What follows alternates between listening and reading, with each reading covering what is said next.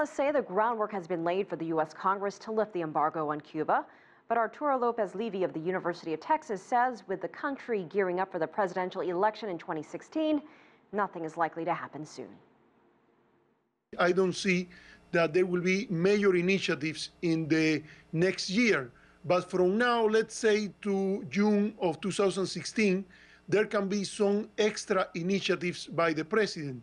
Notice that the new report that the Cuban diplomacy has prepared is different from the one in previous edition in the fact that they look at what has happened recently and also the authorities, the prerogatives of President Obama to change the policy from the executive branch.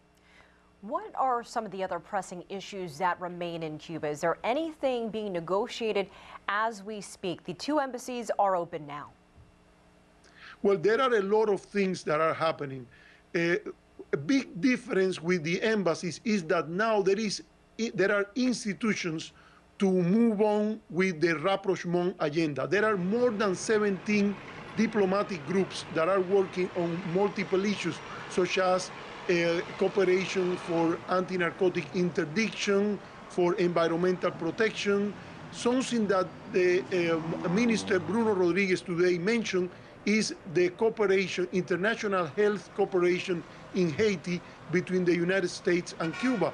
And this is quite an interesting area in which, given the agenda is development 2015 in the United Nations, there is possibilities that both countries can coordinate as they did in the case of the Ebola pandemics in Liberia and Sierra Leone.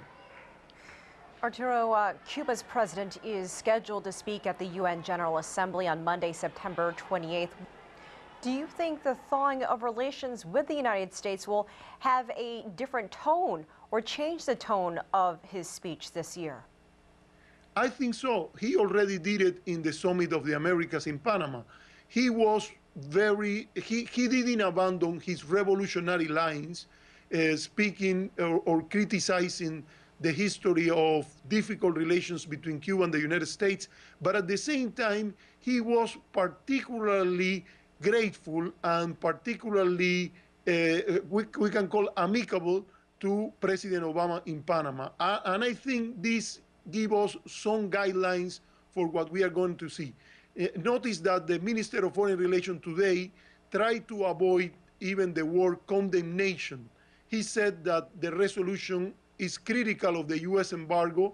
He said that the policy, what he called the imperial policy, is already in place, but he tried to make a difference between the current administration and a history of acrimony and difficulties between the two countries.